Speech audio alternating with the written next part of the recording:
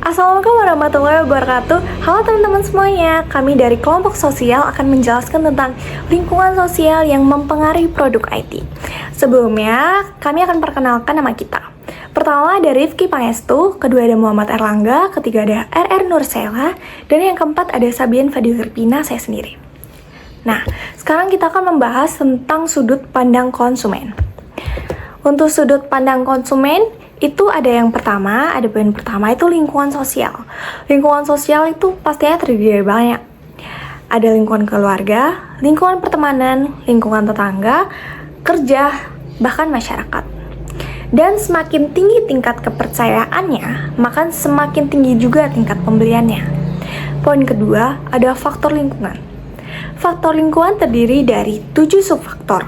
Pertama ada budaya, belas sosial, pengaruh pribadi, keluarga, situasi, pemahaman tentang berbisnis berbasis teknologi, dan yang terakhir ada pemasaran lewat digital.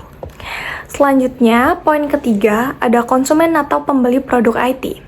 Salah satunya adalah pengusaha. Biasanya pengusaha membeli produk IT itu untuk kepentingan sebuah perusahaan tersebut. Atau yang kedua, ada anak-anak muda yang mengerti teknologi. Selanjutnya ada poin keempat, yaitu contoh produk IT. Contoh produk IT itu sebenarnya ada banyak banget, tapi di sini kita hanya memilih beberapa saja.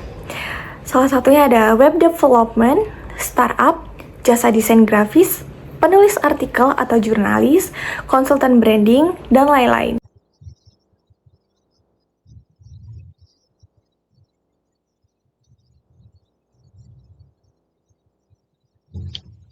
Yang kedua yaitu sudut pandang penjual.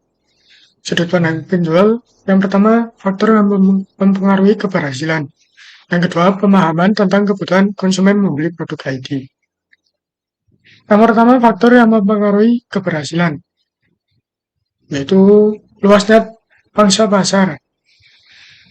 Yang kedua teknologi, yang ketiga harga jual, yang keempat memaksimalkan marketing.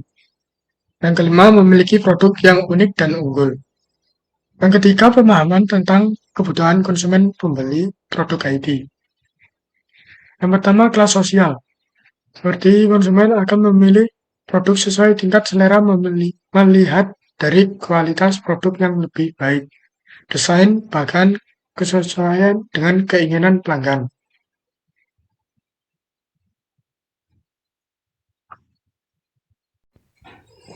Nah, di sini aku bakal menjelaskan tentang Project Agni. Jadi, mungkin kalian bertanya-tanya sebelumnya, apa sih itu Project Agni untuk sebagai contoh hasil analisis kita? Jadi, penjelasan singkat saja, Project Agni adalah suatu studio kecil yang bergerak dalam pengembangan identitas untuk menjadi artefak dengan menggabungkan ideologi, desain, dan budaya. Jadi inspirasi yang didapatkan dari Project Agni ini tuh dari keindahan, kekayaan, dan pesona Nusantara yang menjadi inti inspirasi mereka. Ini tuh adalah bentuk upaya untuk membawa identitas yang melekat pada Indonesia. Karya-karya Project Agni adalah cara mereka merawat budaya dengan mengemas ulang warisan Nusantara agar relevan bagi penggunaan dan konteks di masa kini maupun masa mendatang. Jadi Project Agni itu pakai identitas budaya kayak misalnya batik atau misalnya kultur-kultur lain yang kalian temukan di Indonesia. Dan Project Agni ini tuh ingin mengembangkan agar anak-anak muda zaman sekarang itu tidak lupa dengan budaya warisan Indonesia, tapi dengan cara yang dikemas itu lebih modern, dengan cara mendesain dan lain-lain. Tujuan besar dari Project Agni adalah untuk bisa menjadi pemantik buat menyadarkan banyak orang bahwa budaya Indonesia itu patut dibanggakan. Tingginya tren dan minat akan aliran di desain di luar desain etnis itu yang dianut oleh Project Agni. Maka dari itu, lewat desain, Project Agni ingin menghadirkan implementasi budaya yang lebih bisa dijangkau sama generasi muda zaman sekarang. Yang keempat adalah hasil analisis. Pertama, Project Agni dikelilingi oleh lingkungan yang suportif. Dengan banyaknya ide dan kreativitas mengetahui bahwa dibangunnya perusahaan ini berawal dari uji coba di Bandung, di mana kota ini terkenal dengan kota kreatif. Yang kedua, produk IT yang dihasilkan dibagi menjadi 3. Cipta citra, cultural research, visual identity, brand ideologi, rancang rupa, basic design, art and creative direction, ragam makna, lalu musik audio, dan creative writing. Lalu yang ketiga, faktor lingkungan yang terdapat di perusahaan ini dibagi menjadi 2, yaitu faktor budaya dan faktor sosial. Yang keempat, yaitu cara pemasaran mereka. Cara pemasarannya, mereka menggunakan media sosial seperti Instagram dan web yang mencakup penjelasan mengenai Project Agni dan contoh produk apa saja yang telah mereka buat. Dalam link Instagram dicantumkan juga service red card inquiry form untuk mereka yang ingin memesan produk di Project Agni. Lalu yang kelima, produk yang sudah dihasilkan Project Agni seperti review host, architectural branding, dan menjual podcast, dan lain-lain. Yang 6, project ini memiliki konten yang positif dan khalayak media sosial yang mendukung perkembangan Project Agni menjadi semakin maju dan terkenal di masa mendatang. Lalu yang terakhir, kenapa perusahaan ini tidak terkenal di publik? Salah satu kekurangan yang bisa dikutip adalah kurangnya promosi di media sosial, dan memang bisa dilihat bahwa mereka membuat web dan akun Instagram, namun dilihat dari tren aplikasi sekarang mengarah pada TikTok dan Twitter.